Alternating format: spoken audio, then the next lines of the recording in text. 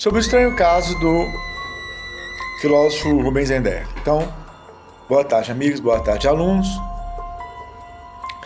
Por que isso é importante? Rubens Enderle, em suma, era um tradutor e filósofo com artigos publicados na área de marxismo, tradutor de boa parte do repertório de Marx da editora Boitempo, e converteu-se ao olavismo, apoiou o Bolsonaro,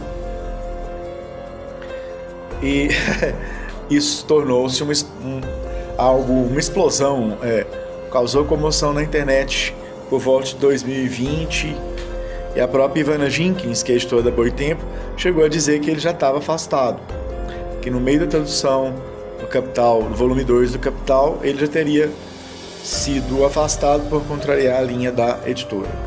Eu encontrei, no entanto, ele como tradutor do volume 3 do Capital. Ele parece que traduziu tudo. Ele traduziu.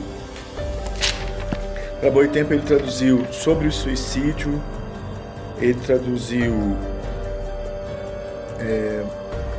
a crítica do direito, da filosofia de Hegel e os 3 volumes do Capital, pelo que eu vi. Então, vamos falar então, de início, é interessante fazer a ligação entre o grupo de Chazin e a Boitempo. Lá nos anos 90, o Chazin tinha uma editora chamada Ensaio.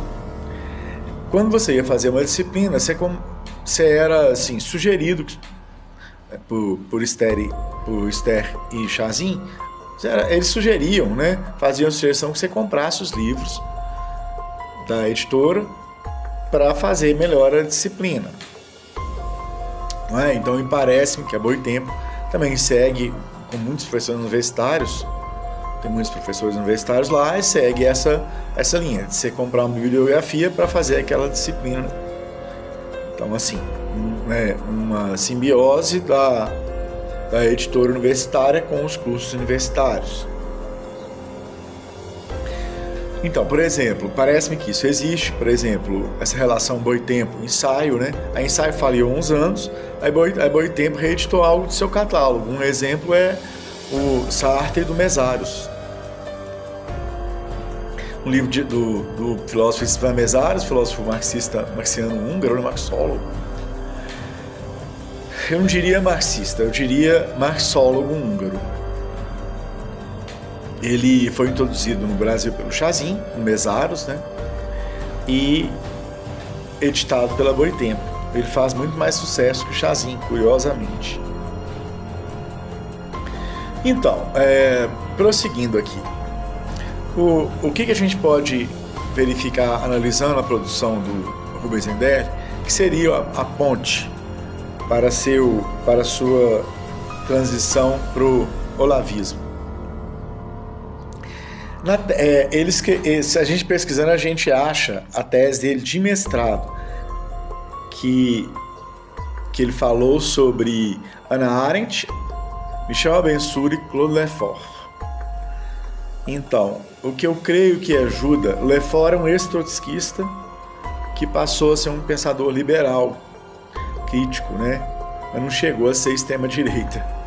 Mas eu acho que é esse o link.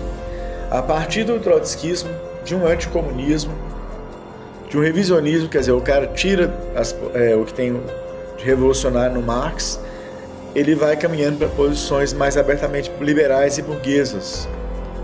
Então, o revisionismo ele caminha para posições mais abertamente burguesas no passar do tempo. Também esse elemento do anticomunismo que possibilitou Enderle se conciliar com os olavetes e com os bolsonaristas. Não é?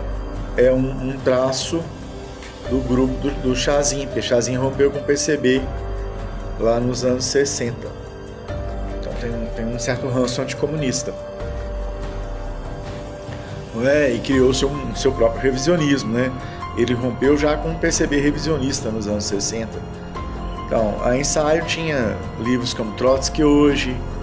Eu acredito que o trotskismo é um possível caminho para a gente entender esse caminho do trotskismo ao olavismo. Então, Rubens Enderle ainda dá entrevistas falando sobre Marx, né? Ele ainda fala sobre Marx. Então, no perfil dele, recente, alguém perguntou sobre Gustavo Machado. Aí a resposta dele é icônica, é impressionante. Ele disse que há muito tempo ele não se ocupa mais desse tipo de pensamento. Ele disse que é o Marx, né? E ele fala que não é importante no mundo, a não ser no Brasil, é o termo horrível, de mau gosto, suas adjacências bostíferas. Então, depois que eu comentei uma dessas postagens, ele fechou a página para os meus comentários. Então, parece-me que depois que encerrou o mestrado, então o Rubens Zendel fez esse mestrado sobre o Claude Lefort, esse trotskista, teve até a ajuda do Newton Binhoto, professor também da UFMG, e eu creio que a ponte para o olavismo é o trotskismo, tanto que agora, observando algo interessante, agora o grupo de Chazinho está aliado a Gustavo Machado, então tem uma ligação mais orgânica com o trotskismo. Gustavo Machado está ali como pesquisador ligado a eles, pesquisando na UFMG, o que não existia nos anos 90, em que eles diziam, o grupo de Chazinho dizia que o PSTU era um marxismo gnóstico, né? Eles não tinham aproximação.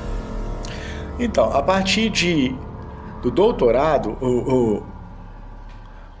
o Rubens Zendel chegou a entrar no doutorado em Campinas, orientado pelo Marcos Miller. Curiosamente, ele parece que é o marido da professora Jean-Marie Gagnaban, que eu conheci em Campinas. Muito boa professora, de esquerda e tudo. Aí, Marcos Miller é um hegeliano. Parece-me que no meio do doutorado, ele entrou em 2007, o Rubens. Ele passou a querer falar em Eric Wegelin, que é um místico irracionalista ligado lá ao grupo do Olavo de Carvalho, um religioso. Parece que não colou. Eu não encontrei indícios que Rubens tenha terminado essa citação, não. Parece que ele está em Bremen, na Alemanha. Mas ele ainda participa do Twitter. Eu encontrei Rubens no Twitter, Rubens no Facebook, com as posições de extrema direita, inclusive dizendo que Lula é comunista. Então, como é que pode um cara que estudou o Capital, um cara que fala alemão, entender que Lula é comunista? Então, bom, né? Eu acho que, finalizando, é isso. Eu creio que o revisionista, e o grupo Chazinho é revisionista, e o próprio Gustavo está associado ali, ele sempre tende a posições mais e mais burguesas no governo tempo. E o trotskismo, o seu anticomunismo, ele pode ser uma ponte para o olavismo, para o bolsonarismo, para a sua mudar de posição. Falou?